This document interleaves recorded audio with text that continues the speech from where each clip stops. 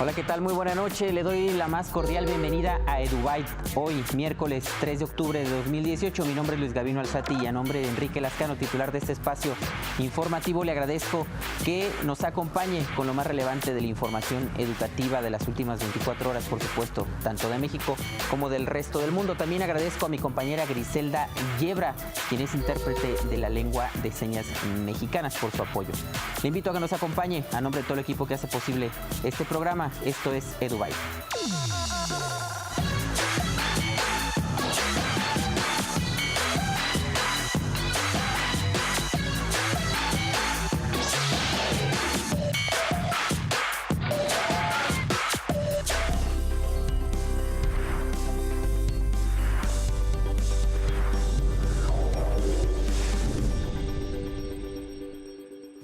Y con la presencia de más de 2,000 asistentes, se llevó a cabo en la Universidad Autónoma de Chihuahua el 16º Foro de Consulta Participativa para el Acuerdo Nacional sobre la Educación.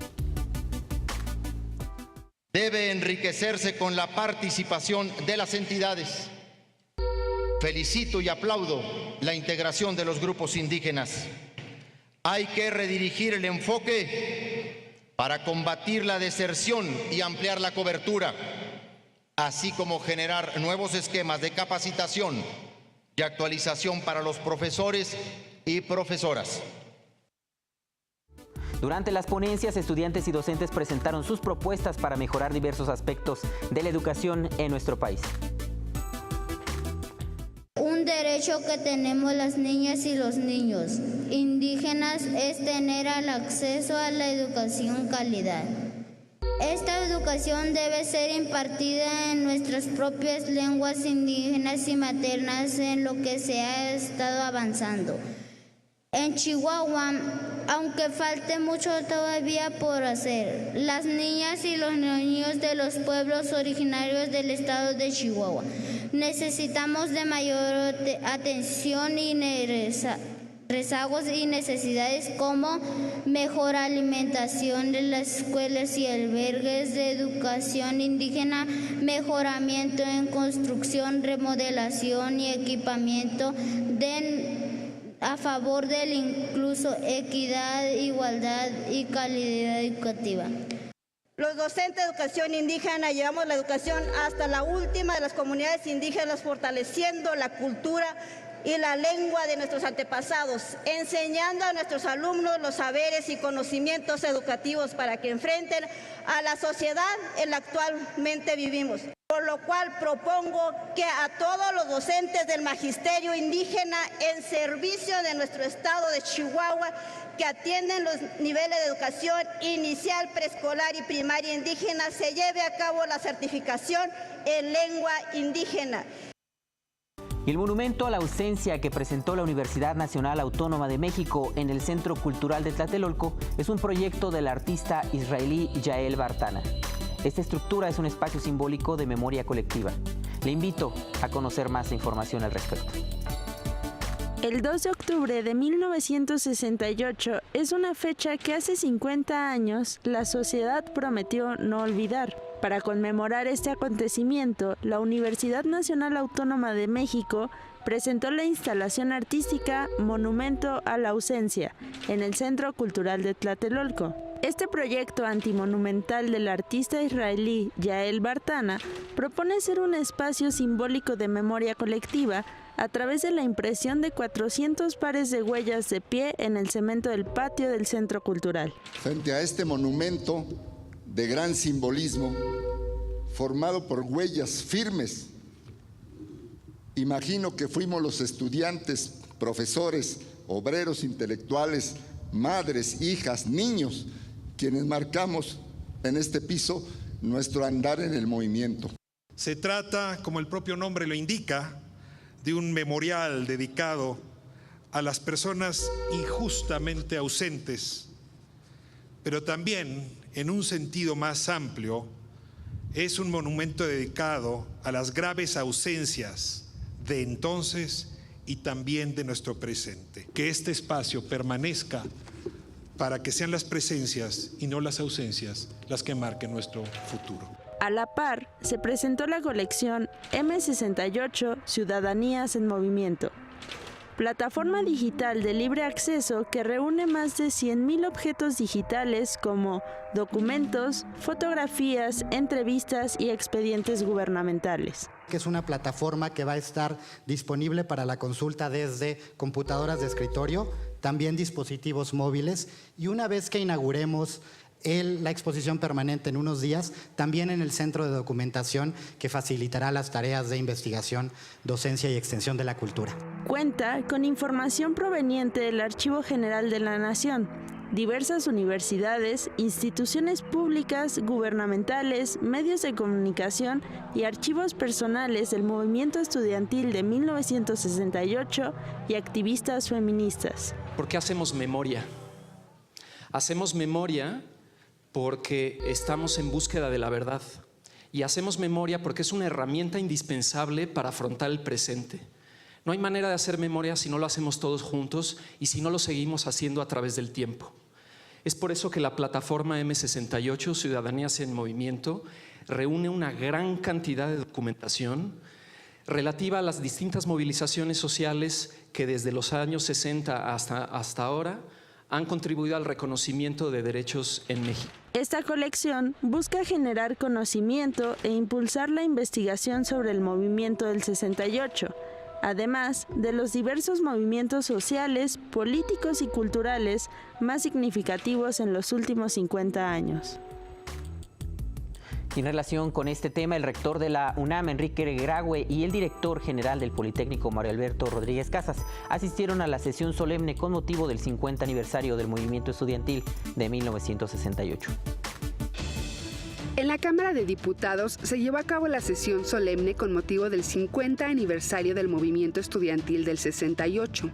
Como parte de la conmemoración, se develó en el muro de honor la inscripción en letras de oro al movimiento estudiantil de 1968.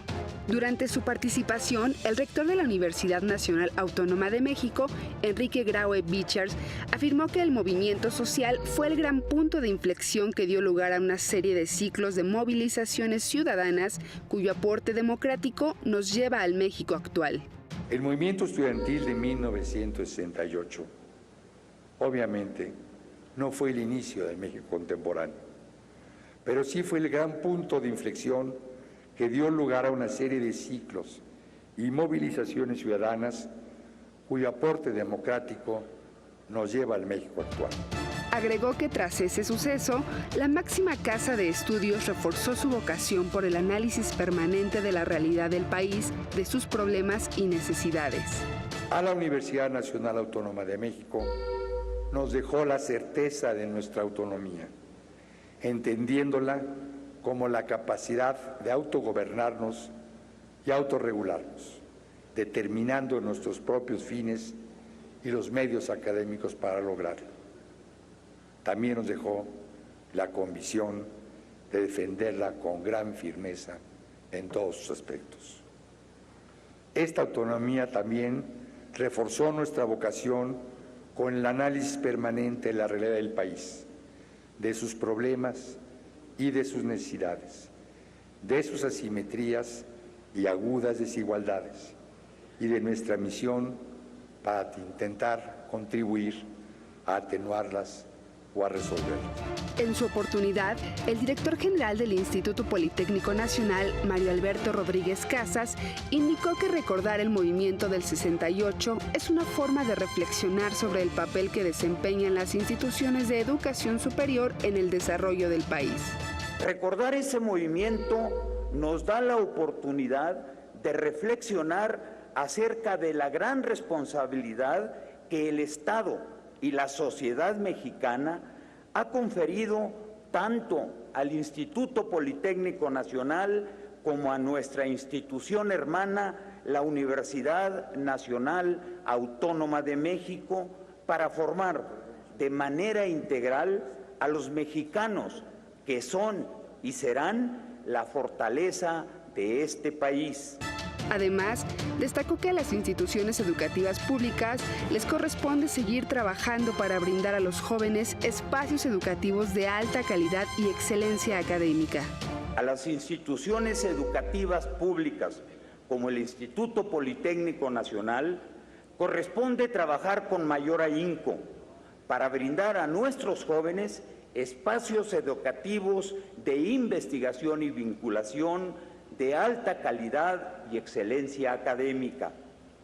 Una formación para la vida sobre la sólida base del conocimiento científico y tecnológico, el deporte, el arte y la cultura, en escenarios turbulentos y poco predecibles, es la mejor forma de potenciar el desarrollo nacional. En la ceremonia solemne también participó el representante del Comité del 68, Félix Hernández Gamundi.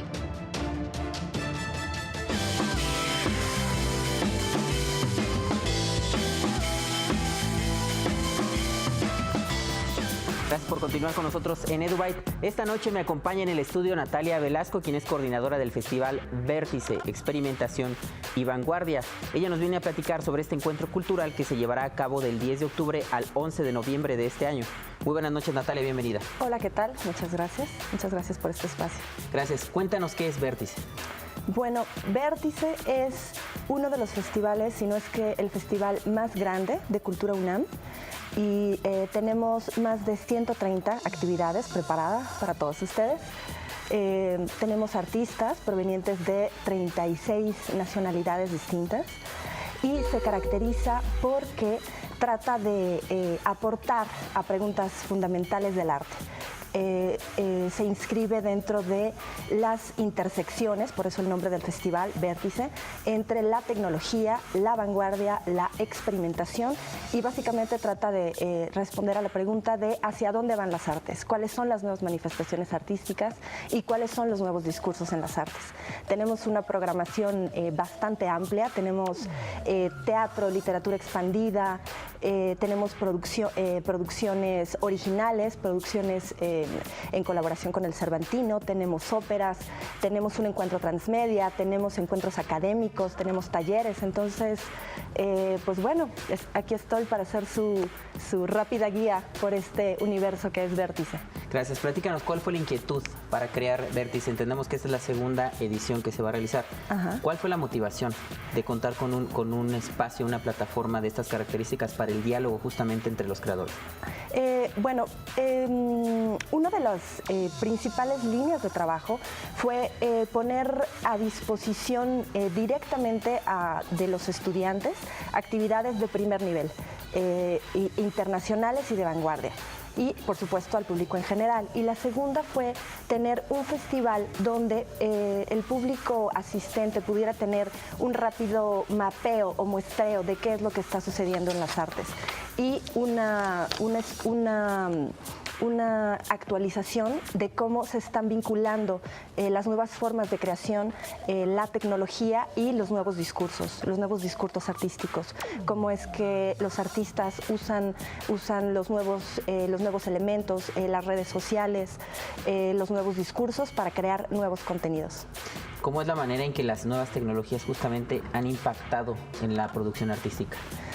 Por ejemplo, tenemos en este festival una pieza inmersiva de danza que utiliza realidad virtual. Es una pieza del artista Gilles Jovin. Entonces esa es una muestra como muy puntual que vamos a tener. Otra muestra es a través de la música contemporánea, de la electrónica, que son instrumentos clásicos, pero que son sonorizados de manera distinta para tener otro tipo de alcances, otro tipo de sonidos y poder abordar de esta manera otro tipo de discursos. ¿Cómo es la curaduría, Natalia? ¿Cómo es la curaduría de tanto de las piezas como de los creadores que participan? Son 36 países los que están representados en esta segunda edición de Vértice. ¿Cuál es la planeación que ustedes llevan a cabo para poder realizar esta curaduría y esta selección? Pensando, sobre todo, me llama mucho la atención. Ajá. que pones en principio de todos los estudiantes, pensando en ellos, ¿cómo se realiza esta curaduría? Bueno, es muy buena pregunta, muy oportuna. Hay una primera planeación general que hace nuestro secretario técnico de planeación, que es el maestro Juan Ayala, y de ahí se invita a distintos curadores especializados en cada una de las áreas. Entonces tenemos una curadora que se enfoca en Beckett académico, en un encuentro de Beckett académico, que es un encuentro para generar conocimiento alrededor del dramaturgo Samuel Beckett. Tenemos una curadora especializada en artes escénicas. Tenemos un curador que es Pablo Gómez, que es nuestro curador de música contemporánea. Tenemos un curador también que se llama Roberto Frías, un curador de literatura. Entonces, básicamente ellos se encargan de hacer justamente esta búsqueda, este research de las nuevas propuestas y de armar discursos, que esto es algo muy importante del festival, que todo tiene digamos, como un impacto discursivo y un impacto temático en las líneas de programación. Por ejemplo, una de las líneas es la música contemporánea. Entonces hay una programación muy sólida e internacional acerca de música contemporánea. Desde la edición pasada del festival tenemos también una línea muy marcada de la voz y las técnicas vocales extendidas. Entonces tenemos este año, por ejemplo, una colaboración maravillosa con el Cervantino. Se pueden ver en la comodidad de su centro cultural, programación directa del Cervantino, y esta es Sara María Zun, que hace, ella es de formación una profesional del canto, de la ópera, pero lleva a su máxima expresión las posibilidades de la voz y las posibilidades expresivas. Y es absolutamente impactante verla, se les recomiendo mucho, Sara María Zun. Y bueno, esas son básicamente las líneas temáticas. Tenemos también un encuentro hablando de esto, de la tecnología, la experimentación, la vanguardia y cómo los discursos se mezclan en plataformas digitales, pero también en las redes sociales, pero también en formas participativas en que la audiencia puede colaborar. Tenemos un encuentro transmedia en el Centro Cultural Universitario Tlatelolco, en otro punto distinto a la ciudad. Tenemos como varios puntos de acceso. En la ciudad está bastante bien repartidas las actividades, esperando que todo el mundo pueda acompañarnos. Ahora bien, ¿solamente se van a llevar a cabo, Vértice, solamente tienen sus actividades en Ciudad de México o también lo hacen extensivo a las escuelas de educación superior que tienen en otros puntos del país, en la Universidad Nacional? En otros puntos del país no, pero sí, solo en el Estado. Tenemos de hecho una relación colaborativa con la Universidad de Baja California. De hecho, ellos hacen una programación, sus alumnos, justo dentro de la curaduría de música contemporánea, hacen un despliegue de actividades en distintos planteles de la universidad. Eso es algo padre, interesante. Está insertado dentro de otra línea, digamos, otra línea discursiva, que es la línea del M68, que son las acciones que realiza la Cultura UNAM y la universidad para conmemorar los 50 años del movimiento estudiantil del 58, entonces del 68. Ajá. Entonces, pues es muy interesante porque tenemos una programación pues muy rica de compositores de esa época que eso, ¿no? Se va a llevar directamente a los auditorios de algunas preparatorias, de algunos SHs y algunos FES de la universidad.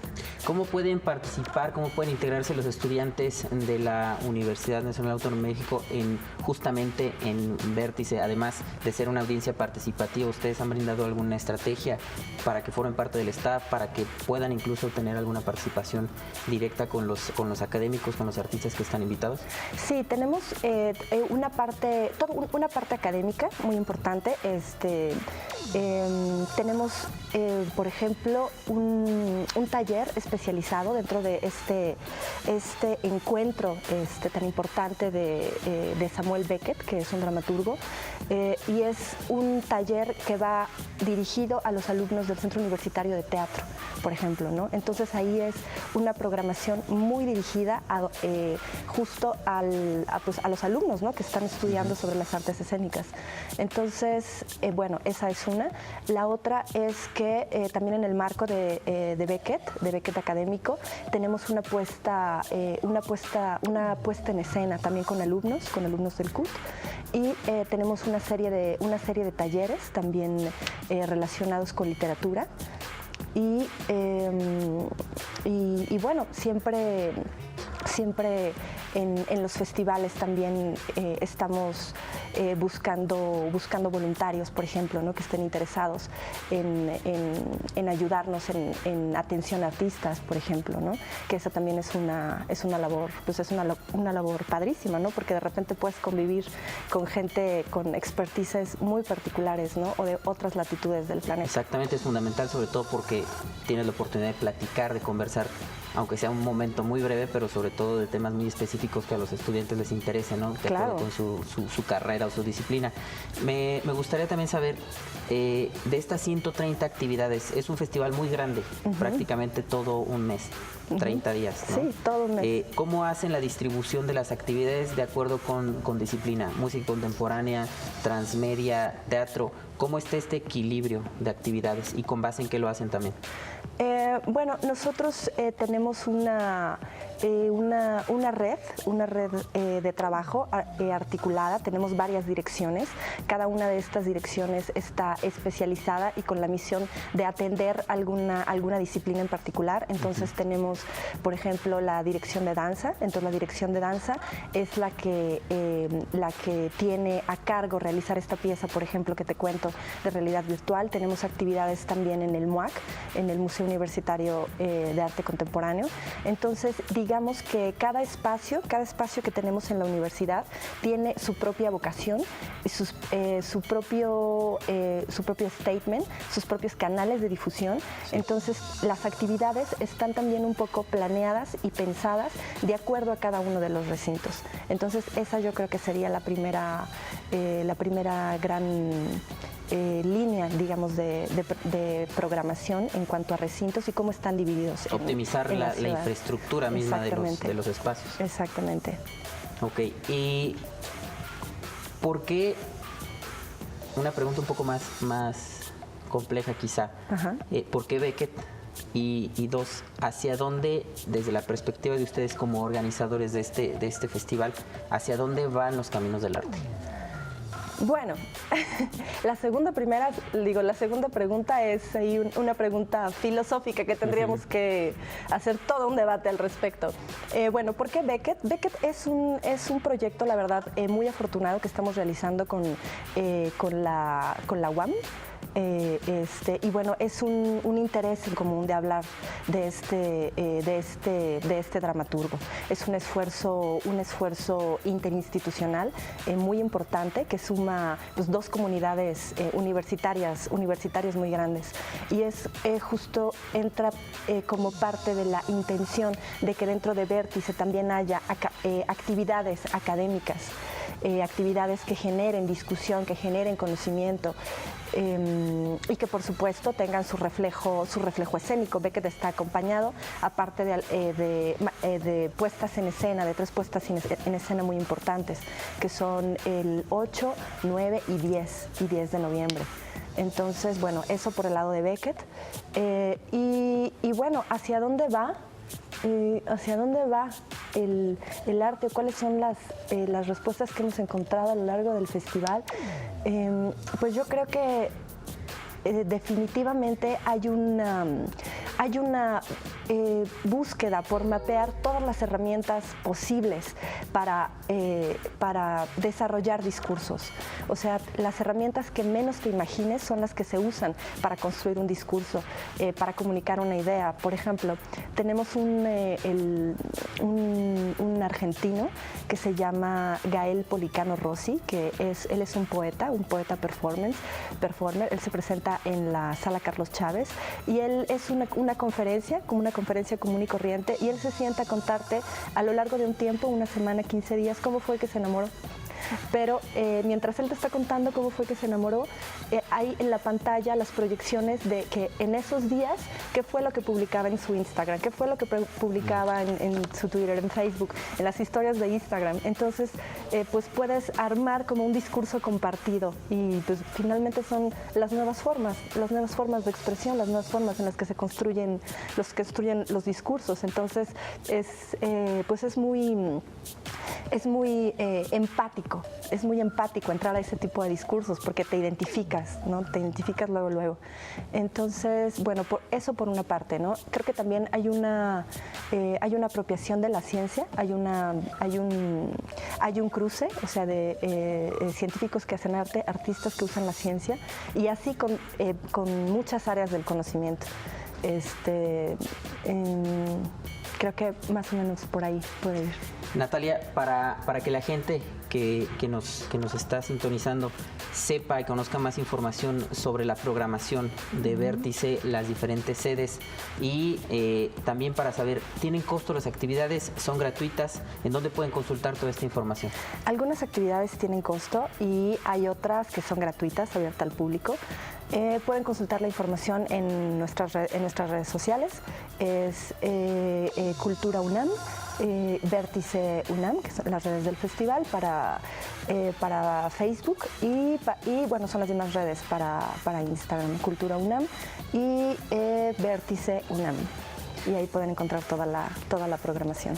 Perfecto, Natalia, pues te agradecemos mucho esta entrevista, muchas gracias por tu tiempo y sobre todo por brindarnos información sobre este importante encuentro artístico que se desarrollará del 10 de octubre al 11 de noviembre en la Universidad Nacional Autónoma de México. Muchas gracias por el espacio. Nosotros vamos a una pausa, continuamos en EduByte.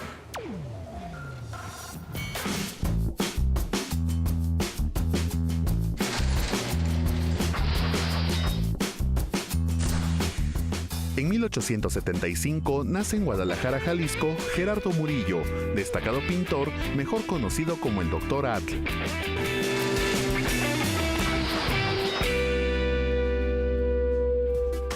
La beca contra el abandono escolar apoya a aquellos estudiantes de bachillerato que están en riesgo de dejar sus estudios. ¿Es tu caso? Solicítala en www.gov.mx/CEP.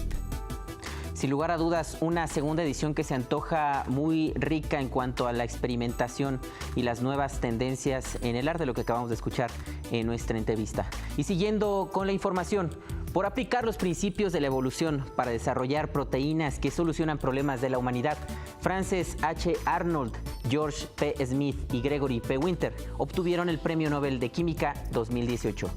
Arnold se convirtió en la quinta mujer en conseguir este galardón. La Real Academia de Ciencias de Suecia otorgó el Premio Nobel de Química 2018 a los estadounidenses Frances H. Arnold y George P. Smith, así como al británico Gregory P. Winter. Esto por aplicar los principios de la evolución para desarrollar proteínas que luego sirvieron para producir desde biocombustibles hasta medicamentos. La Real Academia Sueca de Ciencias ha decidido hoy otorgar el Premio Nobel de Química 2018 por una parte, a Frances H. Arnold por la evolución dirigida de las enzimas, y la otra parte conjuntamente a George P. Smith y Gregory P. Winter por la presentación de péptidos y anticuerpos en la superficie de fagos. Las investigaciones de los tres laureados han permitido que la humanidad realice el equivalente a la agricultura o la ganadería en el mundo de las moléculas. La evolución dirigida permite domesticar microbios para que se desarrollen proteínas que no existen en la naturaleza y que se aplican a la creación de nuevos combustibles y fármacos contra diversas enfermedades, desde la diabetes hasta el cáncer metastásico. Los ganadores de los premios de este año han sido capaces básicamente de hacer una evolución artificial de nuevas proteínas y enzimas en probeta. Así que para que la evolución funcione como una herramienta para hacer enzimas más eficientes, más productos farmacéuticos, se puede utilizar los principios darwinianos básicos. Las enzimas son, por naturaleza, ambientales, porque son lo que todos usamos para fabricar nuestros productos químicos. Por lo tanto, se puede aprovechar las enzimas para sus propios fines. Esto suele ser mucho más respetuoso con el medio ambiente que usar metales pesados o sustancias tóxicas para hacer productos químicos. Frances Arnold, catedrática del Instituto de Tecnología de California, recibe este galardón por la invención de la evolución dirigida de enzimas. Este trabajo permitió a la ingeniería química desarrollar un método para introducir mutaciones en la secuencia genética de enzimas e introducirlas en bacterias. Este ganado microscópico sirve para producir miles de variantes diferentes de la enzima en cuestión, que después eran seleccionadas y mejoradas generación tras generación hasta conseguir una nueva proteína con propiedades que no se dan en la naturaleza. Frances Arnold es la quinta mujer en conseguir el Nobel de Química. Por otra parte, el trabajo de George Smith y Gregory Winter se enfoca en la presentación de péptidos y anticuerpos en la superficie de bacteriófagos. En 1985, el profesor emérito de la Universidad de Missouri, George Smith, desarrolló una nueva forma de domesticar bacterias infectándolas con virus modificados genéticamente. El método permite identificar qué gen es responsable de producir una proteína ya conocida. Mientras que a mediados de la década de los 90, el biólogo molecular de la Universidad de Cambridge, Gregory Winter, utilizó este método para crear genotecas, con las instrucciones de crear miles de millones de anticuerpos diferentes. Asimismo, desarrolló métodos para buscar y seleccionar anticuerpos que tienen interés terapéutico. Gracias a estos trabajos, se creó el adalimumab, que fue aprobado en 2002 para tratar la artritis reumatoide. Importante información y sobre todo destacar la labor que están teniendo las mujeres hoy en día en todas, prácticamente todas las actividades, tanto productivas como de investigación y en las artes. Y de acuerdo con un informe de la UNESCO, en la educación superior, solo 35% de los estudiantes matriculados en las carreras vinculadas con la ciencia y la tecnología son mujeres. De igual forma, solo 28% de los investigadores del mundo son mujeres. Pese a estos problemas de desigualdad de género, durante los últimos años, el interés de las mujeres en estas áreas del conocimiento ha ido en aumento. De esto se trata nuestro siguiente reportaje. En los últimos años se ha visto un gran auge de mujeres que estudian carreras relacionadas con la ciencia, la tecnología y la ingeniería. Se trata de profesiones en las que años atrás todos sus alumnos eran hombres, pero las mujeres se han ido abriendo paso demostrando sus capacidades. Algunas incluso descubren su vocación por la tecnología y se preparan desde la educación media superior. Because I want to be an engineer, so I studied a technical course, IT course, and now when I finish high school in the technical course, I want to do engineering or computer science, both with computers. Sin embargo, en algunos países las mujeres no se acercan a las nuevas tecnologías, algunas por su ideología cultural, como en países de Medio Oriente o incluso Asia, donde la enseñanza se dirige mayoritariamente a los hombres. In Cambodia, we don't tend to women or girls don't usually tend to be in technologies, science and robots and IT, something like that. So for girls, usually they are shy sometimes, and some of them are actually think it's tiring, so they shouldn't do it at all. Like they have, this job is for, like they separate one job for boys.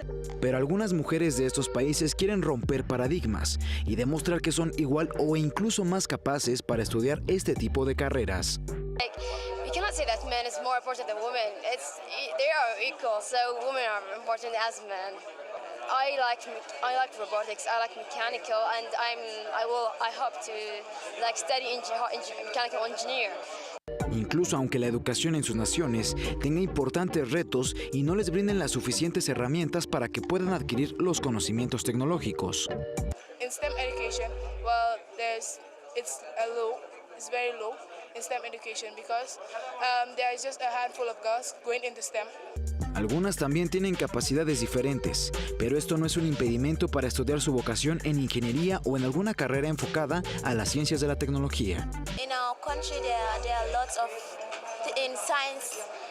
Guys are only in the teams, but males only. So being females, so we can also know that we can empower our work. And also, I am a disabled, but I also know that I'm capable of doing it.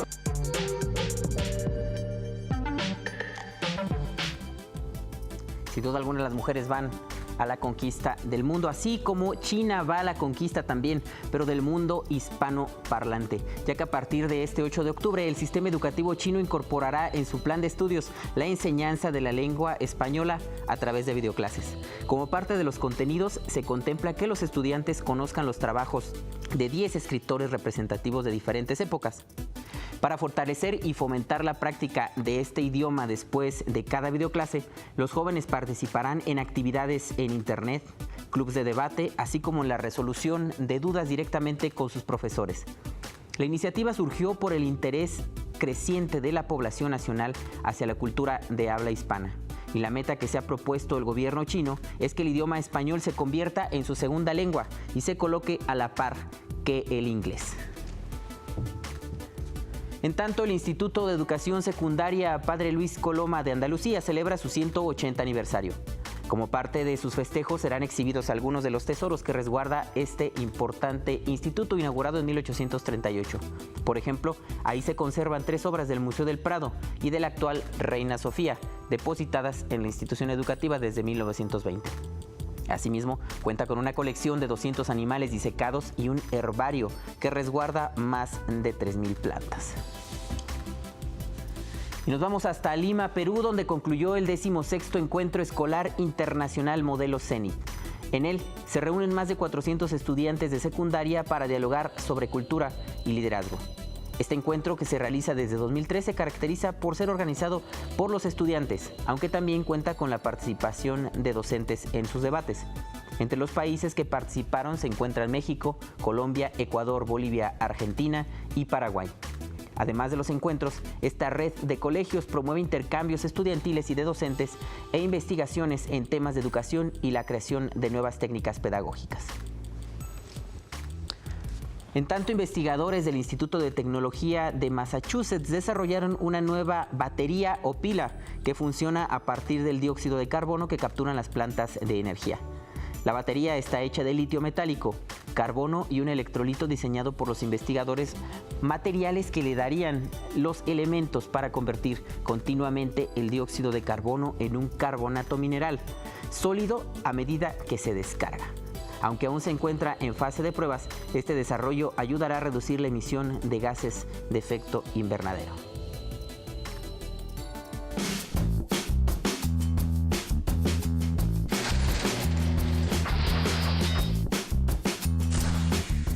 En 1890 nace en Ciudad Victoria, Tamaulipas, Emilio Portes Gil, presidente de México de 1928 a 1930.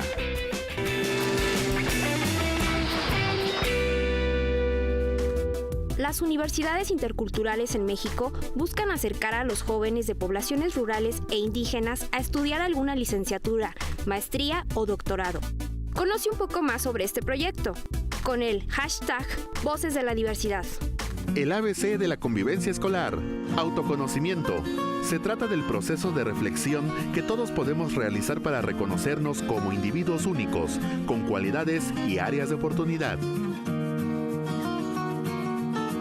Al construir nuestra identidad personal, es necesario que respetemos y aceptemos a los demás en su forma de ser. Las diferencias nos enriquecen.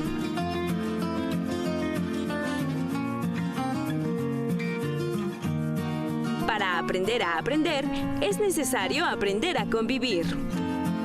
Organismos de la iniciativa privada, cámaras de comercio, organizaciones de la sociedad civil y centros de investigación suscribieron una alianza para impulsar el programa Mujeres STEM. Vamos a conocer la información.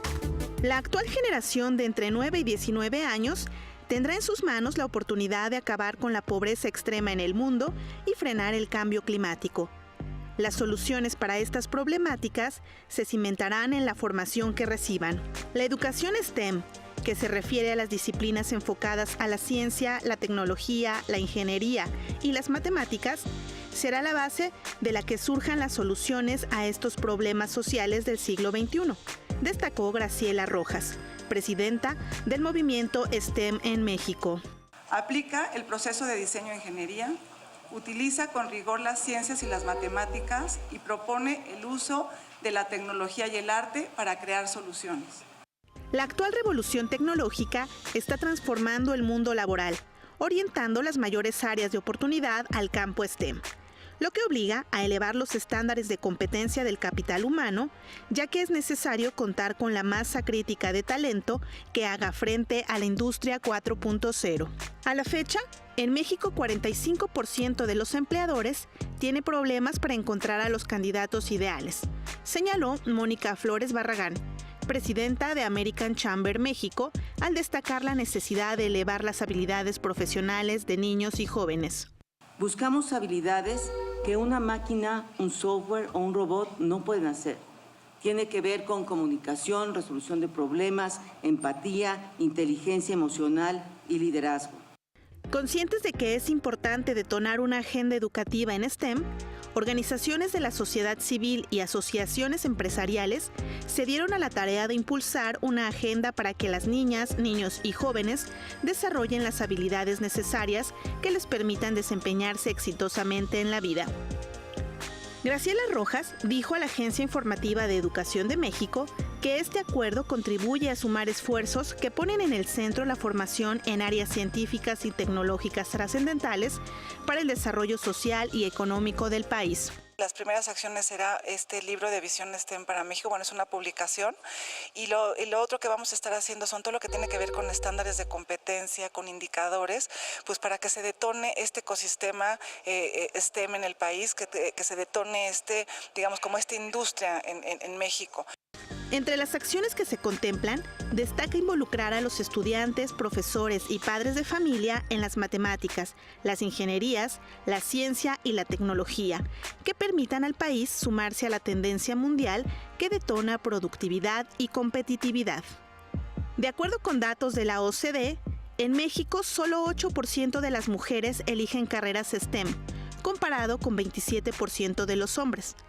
No obstante que de acuerdo con los resultados de las recientes pruebas PISA, el desempeño de ambos en ciencias y razonamiento matemático es similar. Va desde campañas de sensibilización para poder, de alguna manera, que las niñas y los niños se identifiquen con estas carreras, que lo vean como algo cool, que sepan que son las carreras del futuro, que sepan que son las que les van a poder dar oportunidades laborales en México, ¿no? Y por otro lado, no solamente a nivel programas de difusión, sino que también el desarrollo de competencias. En el país, 8 de los 10 empleos mejor pagados son de perfil STEM. Por ello, uno de los principales retos es que las nuevas generaciones estén mejor preparadas para competir en el siglo XXI. Además de garantizar la equidad de género, pues a la fecha, 56% de las mujeres que están en edad de trabajar no están integradas al campo laboral. La alianza firmada vincula a organismos de la iniciativa privada, cámaras de comercio, organizaciones de la sociedad civil, centros de investigación y organismos no gubernamentales internacionales a impulsar la educación en STEM como una agenda prioritaria. Y precisamente continuando con este tema, la Secretaría de Educación Pública, junto con la Organización para la Cooperación y el Desarrollo Económicos, la OCDE, impulsa la iniciativa Niñas STEM Pueden, movimiento encargado de fomentar el interés de las jóvenes mexicanas a prepararse como profesionales especialistas en diferentes ramas tecnológicas. One inventor is Benjamin Franklin. Leonardo da Vinci. Thomas Edison. Albert Einstein. Nikola Tesla. Alexander Bell Graham.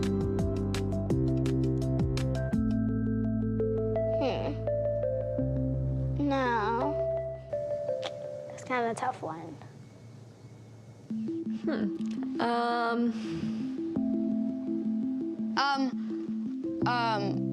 In school, it was always a male inventor. I just realized. En nuestro país, la matrícula femenina en educación básica representa el casi 50%, mientras que en la educación media y superior alcanza el 50%. Y aunque ya casi hemos llegado a la paridad de género en educación, aún existe una brecha en los niveles de aprovechamiento de niñas y niños en las ciencias exactas y naturales. Para promover y apoyar el interés de niñas y adolescentes al estudio de las ciencias, la Secretaría de Educación Pública, junto a la Organización para la Cooperación y el Desarrollo Económico, gestionaron la iniciativa Niñas STEM Pueden. Este proyecto, creado el año pasado, se enfoca en acercar a las niñas a las STEM, o sea, a las ciencias, tecnología, ingenierías y matemáticas. Cada una de las escuelas tiene una necesidad diferente. Cada una de las niñas jóvenes que están aquí, que están en las escuelas, tienen un contexto diferente, pero tienen la posibilidad que a través de las tecnologías ustedes puedan realizar una serie de situaciones que a ustedes les convenga y les convenza qué es lo que quieren hacer. Con ayuda de mujeres de ciencia como Ana María Soler, directora del Museo de Geofísica de la UNAM, Lidia Paredes Gutiérrez, directora general del Instituto Nacional de Investigaciones Nucleares, e Itzel Morales Ramírez, doctora en Informática y Tecnologías de la Comunicación, se busca guiar a las jóvenes en el camino de las STEM. En la segunda reunión de Niñas STEM se ofrecieron conferencias de prensa y talleres a las niñas para complementar su proceso académico. A mí me encantaría que ustedes se vieran, a lo mejor ya investigando algún catalizador, alguna situación muy puntual para esta megalópolis, es decir, cómo le bajamos la contaminación a esta megalópolis. Y a partir de mañana y hasta el 10 de octubre se llevará a cabo la Semana Mundial del Espacio, celebración internacional enfocada a la ciencia y tecnología del espacio. Y como parte de los festejos en nuestro país, el Universum, Museo de las Ciencias, organizó una serie de actividades para mostrar los resultados de la exploración espacial. Asimismo, el Museo de Historia Natural realizará actividades astronómicas y conciertos, así como convivencias familiares. Por su parte, la Agencia Espacial Mexicana ofrecerá conferencias, exposiciones y juegos. Para consultar información sobre las actividades que se llevarán a cabo en otras instituciones, pueden visitar la página y perfil www.gov.mx/AEM-.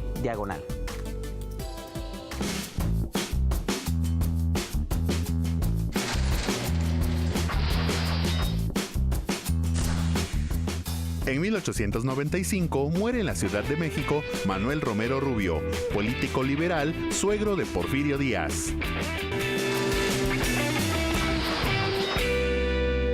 Solicita la beca de prácticas o estadías profesionales 2018.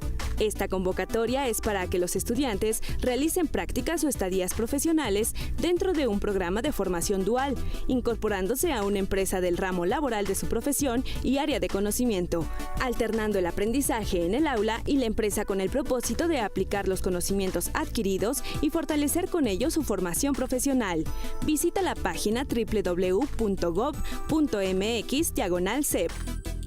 Le informo que en Chile, un museo incluyente permite a los visitantes disfrutar de sus exposiciones a través de una experiencia sensorial distinta a lo que estamos habituados. Veamos de qué se trata la siguiente nota.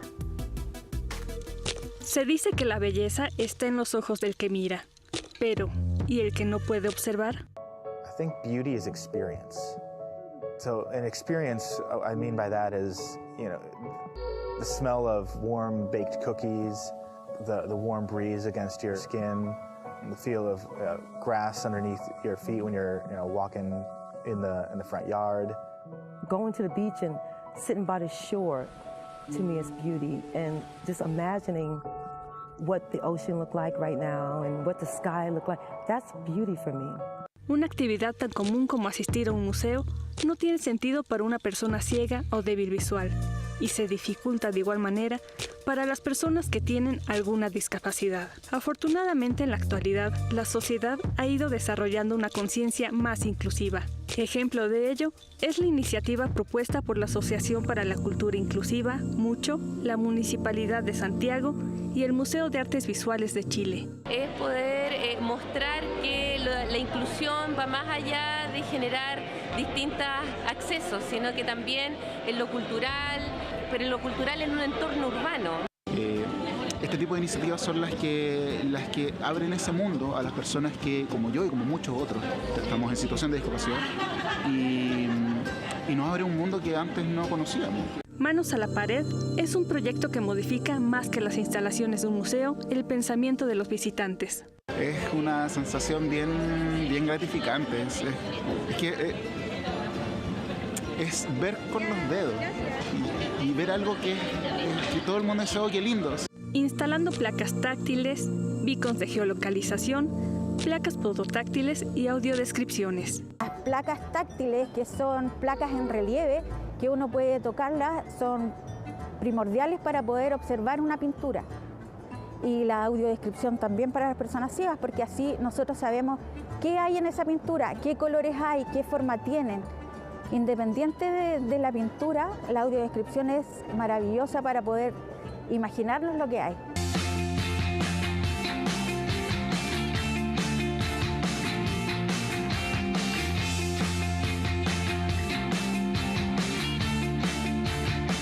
En México, la red de museos para la atención a personas con discapacidad cuenta con más de 50 recintos culturales, distribuidos entre la Ciudad de México, Querétaro y Guanajuato, en los que también se han instalado estos elementos que fomentan la cultura de la inclusión. Además de la infraestructura que tenemos que nos permite la visita de casi todas las discapacidades, básicamente manejamos lo que son hojas de sala en braille, recorridos en lengua de señas y procuramos tener talleres y actividades para las diferentes discapacidades. Una de las bondades del arte es la capacidad de romper límites y extraer lo mejor de los seres humanos. Lo que intentamos justamente es eso, empezar a eliminar barreras no solo arquitectónicas, sino también de sensibilización con la mayoría de la gente. Lo que hemos estado intentando trabajar es justamente hacer la cultura accesible para todos.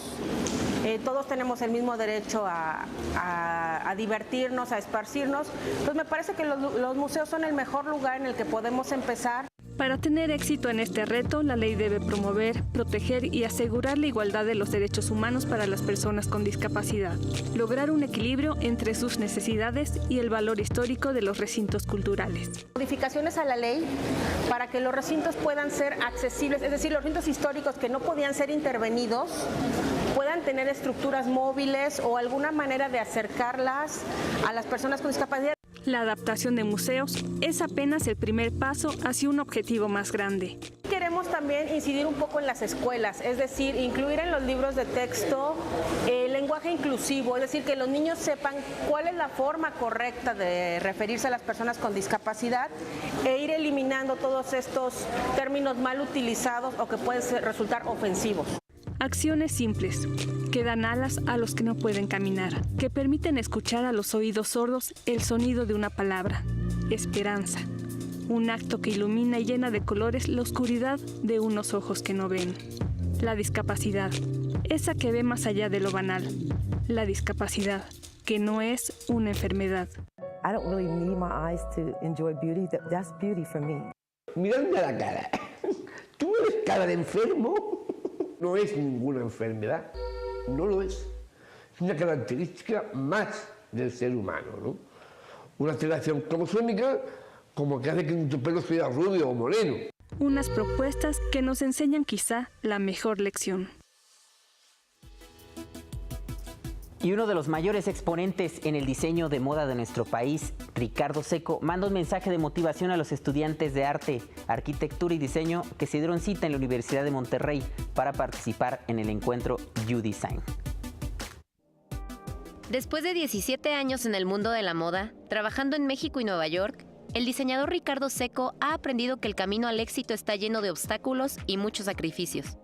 Con la invitación a impartir una conferencia a alumnos de diseño, arte y arquitectura de la Universidad de Monterrey, este fashionista explicó cómo fue que pudo alcanzar el éxito.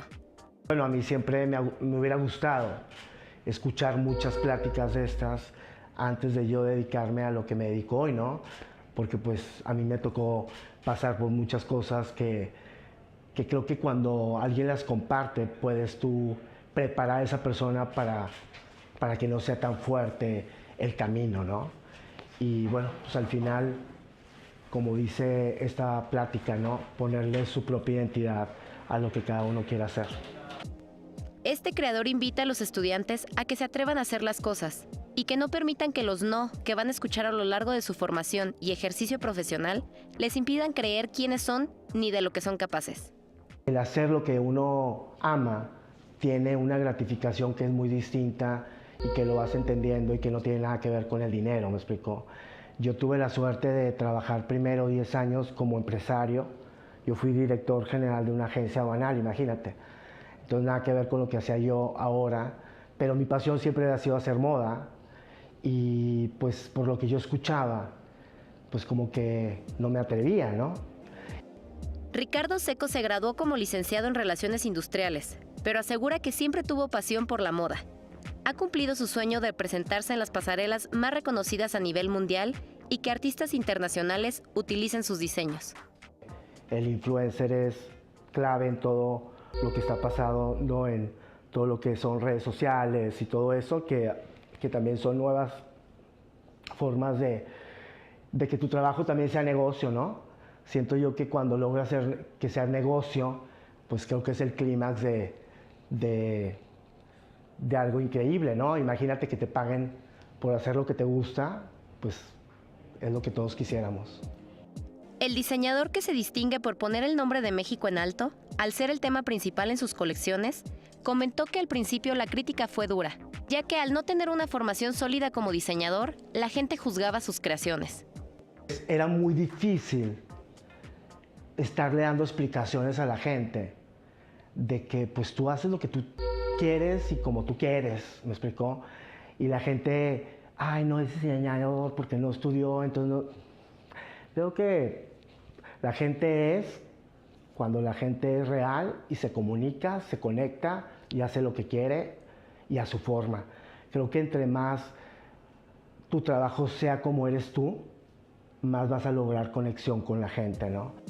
Él cree que en la moda se vale todo, y como creativo se da cuenta que conecta con las personas, pues su identidad es lo que lo distingue del resto. Y de esta manera es que llegamos al final de esta emisión de EduByte. Le invito a que nos acompañe mañana con el titular de este espacio, Enrique Lascano. Y a nombre de todo el equipo que hace posible este esfuerzo informativo y por supuesto también de mi compañera Griselda Yebra, intérprete de lengua de señas mexicanas, le doy las gracias por habernos acompañado. Recuerde también que mañana de 9 a 10:30 de la mañana le esperamos en Interfaz. Que tenga usted una buena noche.